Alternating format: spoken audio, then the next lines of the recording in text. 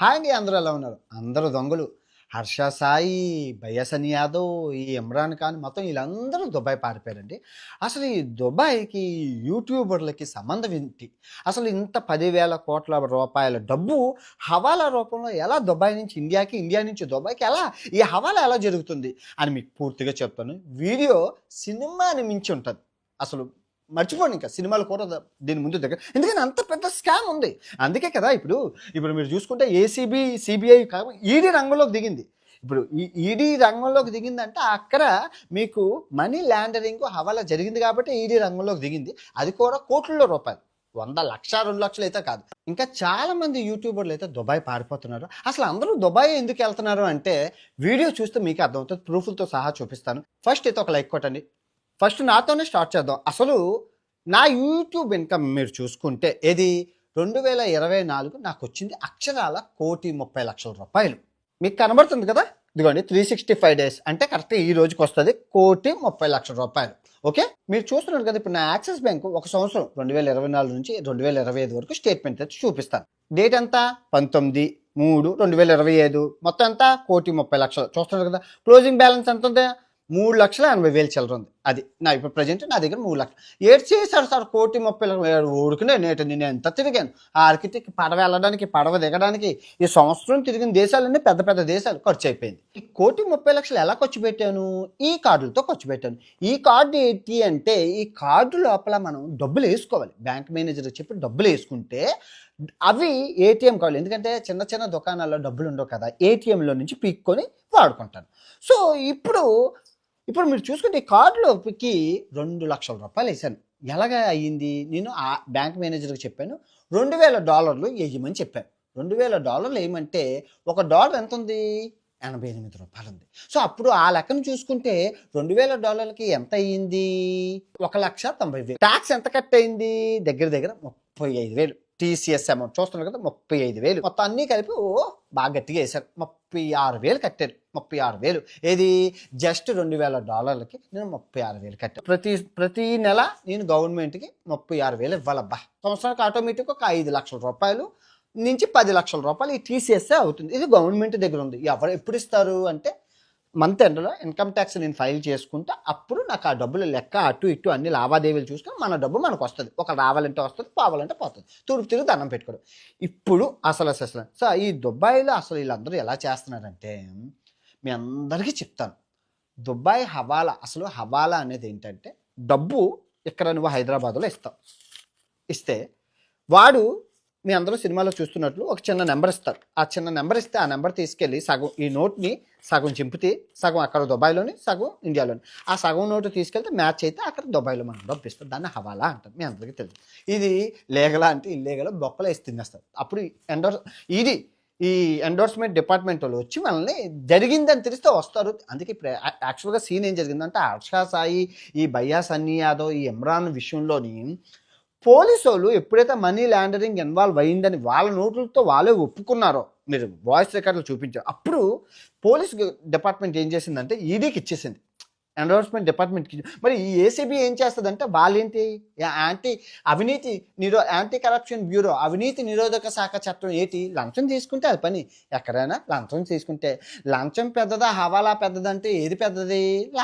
లంచం చిన్నదిరా, చిన్న చేపరా. లంచం కూడా చిన్నదే. ఇంతంత లంచం కలిపి ఇంత అవుతుంది. కానీ హవాలా అనేది బల్కులో 100 కోట్లు. ఇప్పటికిప్పుడు నేను 100 కోట్లు దుబాయ్ నుంచి ఇలా రప్పించుకోగలను. ఇలా అది దాన్ని హవాలా అంటారు.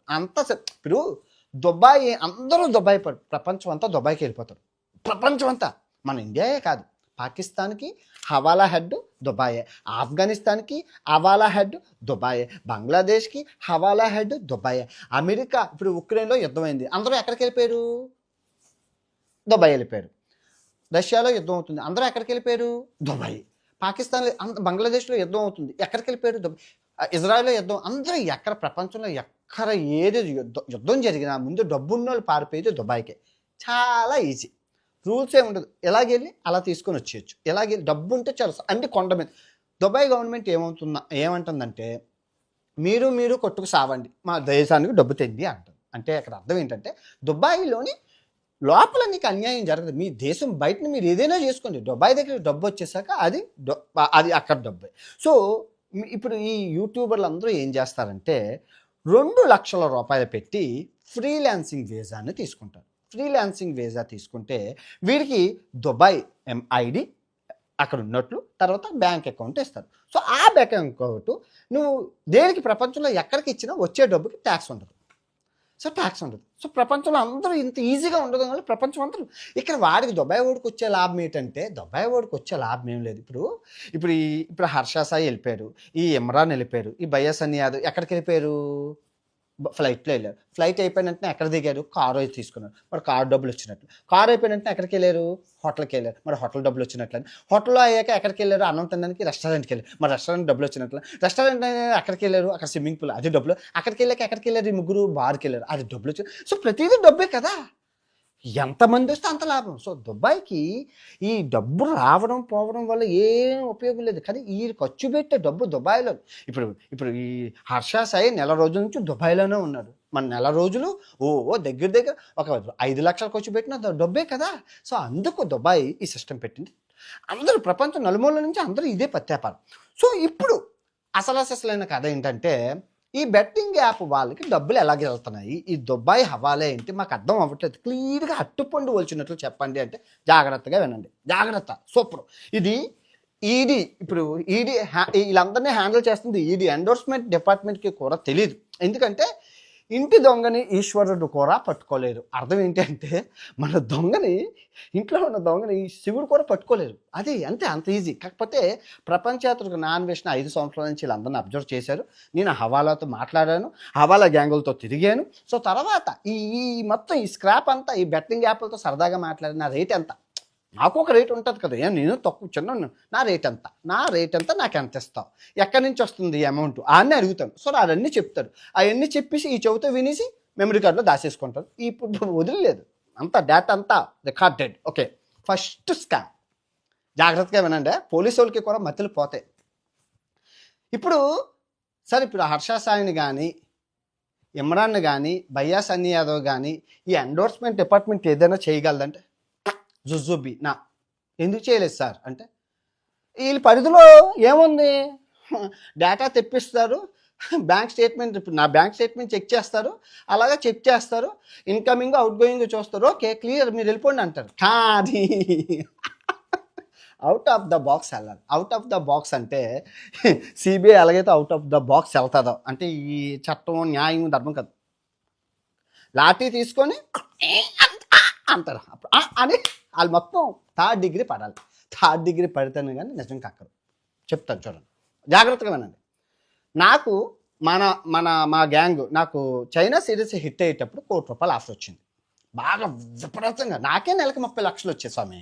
నాకే నెలకి 30 లక్షలు వస్తుంటే నాకు ₹1,00,000 ఏంటి ఆడు ఓపెన్ కాకపోతే నేను 5 కోట్లు అడిగినా ఇస్తారు. మీరు నాకు ఎలాగిస్తారు అండి అని అడిగాను. ఏం లేదు సార్, ఇప్పుడు మీరు చైనాలో ఉన్నారు కదా, నేను చైనాలో మీకు ఎంత అమౌంట్ కావాలంటే అంత అమౌంట్ సెట్ చేసేస్తాను సార్ అని అన్నారు. ₹1,00,000 ఇస్తారు కదండి, మరి అకౌంట్లో నేను ట్యాక్స్ని ఎలా మేనేజ్ చేసుకోవాలంటే 20/80 అన్నారు. మా కోడ్ ఉంటుంది. సరే 20/80 అంటే 20 white money, 80 black money. Black money అంటే మాకు హవాలా అంటే 20 లక్షలు వాళ్ళు మాకు అకౌంట్లో ఇస్తారు. అది నేను ట్యాక్స్కి చూపించుకోవాలి, గవర్నమెంట్కి చూపించుకోవాలి. ఆ బెట్టింగ్ యాప్ ప్రమోట్ చేసడం వల్ల 20 లక్షలే ఇచ్చాడని. కానీ అది ఇచ్చింది 1,00,000. ఆ 80 లక్షలు మాకు హవాలాలో ఇస్తారు. ఏ దేశంలో ఉంటే ఆ దేశంలోనే, నీకు ఏ దేశంలో కావాలంటే ఆ దేశంలో. మొత్తం అంతా చైన్ లింక్, ఇదంతా హవాలా సిస్టమ్. ఓకే, ఇప్పుడు అసలైన కథ చాలా ఇంట్రెస్టింగ్గా ఉంటుంది, మిస్ కాకండి. ఇప్పుడు ఈ హర్ష సాయికి 10 కోట్లు, ఆయన ఒక బెట్టింగ్ యాప్కి 10 కోట్లు తీసుకున్నాడు. ఆ 10 కోట్లు ఆయనకి ఎలా అందండి? మరి ఇండియాలో ఉన్నారు కదా, మీ విశాఖపట్నంలోనే ఆడికి 10 కోట్లు ఎవరిచ్చారండి? బ్యాంకులో ఇస్తే బ్యాంక్ పట్టేస్తుంది. 10 కోట్ల ట్రాన్సాక్షన్ జరిగిందంటే వెంటనే నీకు అకౌంట్ ఫ్రీజ్ అయిపోతుంది, బ్యాంక్ ట్రాన్సాక్షన్ జరుగుతుంది. అక్కడ గూగుల్ పే అంటే రోజుకి 1,00,000 కన్నా మనం పంపించలేము. ఇంకా ఫారెన్ రెమిటెన్స్ 10 లక్షలు ఫారెన్ నుంచి వచ్చిందన్నా కూడా దానికి నువ్వు అకౌంట్లో లెక్క చెప్పుకోవాలి ఏం చేసావని. సో మరి ఎలా జరిగింది అసలు ఈ 10 కోట్లు హర్ష సాయికి వీళ్ళు అలాగిచ్చారు? చాలా ట్విస్ట్. ఇదిగో మీరు గెస్ట్ చేయండి, మీరు ఏం గెస్ట్ చేసి ఉంటారు? ఈ 10 లక్షలు అసలు ఎలాగెళ్ళింది, 10 కోట్లు ఎలాగెళ్ళిందని 3 వేలో వెళ్ళింది. సో వైట్ మనీగా వాడు చూపించుకున్నది 60 లక్షలు. సుమన్ టీవీ ఇంటర్వ్యూలో చెప్పినట్లు 60 లక్షలు ఏదైతే ఉందో ఇన్వాయిస్, మీరు సుమన్ టీవీ ఇంటర్వ్యూలో ఉంటుంది, ఇన్వాయిస్ 60 లక్షలు చూపించాడు. 60 లక్షలు బ్యాంకుకి పడ్డది. దానికి జిఎస్టీ కట్టాడు, దానికి ట్యాక్స్ కట్టాడు, దానికి అన్ని కట్టాడు 60 లక్షలు. కానీ రిమైనింగ్ ఏదైతే ఉందో ఆ అమౌంట్ నల్లధనం రూపంలో వచ్చింది. నల్లధనం రూపంలో ఎలా వచ్చింది? 60 లక్షలు బ్యాంకులో కట్టారు, అయిపోయింది. కానీ మిగతా 40 లక్షలు ఏదైతే ఉందో లిక్విడ్ క్యాష్ ఎలా వస్తుందంటే మీకు తెలుసు కదా, మనం ఇలా చిటికలో ఎక్కడి నుంచి ఎక్కడికి ఎవరు కావాలన్నా పోలీసులు కళ్ళు గప్పి ఆయనకి 40 లక్షలు అయితే అందింది. అందుకే ఇలా దొరికినోడి కల్లా డబ్బులు ఇస్తూ ఉంటారు. ఆయన రోడ్డు మీద చూసుకుంటే ఎవరు దొరికితే ఆయనకు డబ్బులు ఇచ్చేస్తుంటారు. సూట్ కేసు ఓపెన్ చేయడం 10 మంది ఉంటారు బాడీ గార్డులు. ఆయన ఏదో అంబానీ కొడుకును రతన్ టాటా పుత్రుడులా బిహేవ్ చేస్తారు. అబ్బాయి సంపాదించిన డబ్బు రూపాయి కూడా ఎవరబ్బా అప్పనంగా వచ్చిన డబ్బే ఇచ్చేస్తారు. దాన్ని ఏమంటారు? నడిమంత్రపు సిరి అంటారు. దీన్ని నడిమంత్రపు సిరి అంటారు మా వైజాగ్లో. ఓకే, ఇది పక్కన పెట్టండి. సో ఇప్పుడు మిగిలిన 9 కోట్లు ఎక్కడున్నాయి సార్ అంటే, దుబాయ్ హవాలా, రా రా రా రా పక్కన కూర్చో. దుబాయ్ హవాలా ద్వారా ఇప్పుడు ఈ అబ్బాయి దేశం వదిలి వెళ్ళిపోయాడు. కానీ దుబాయ్లోని మసాజులు, 5 స్టార్ హోటళ్ళు, జిల్ జిగాలు, పార్టీలు, పబ్బులు, ఈ ఇమ్రాన్, బయ్యాసన్ యాదవ్ వీళ్ళందరూ దుబాయ్లో మంచిగా జిగా. ఇప్పుడు మన దేశం పరిస్థితి ఏంటంటే, మనకు అధిక జనాభా, గవర్నమెంట్ చాలా తక్కువ ఉంటుంది.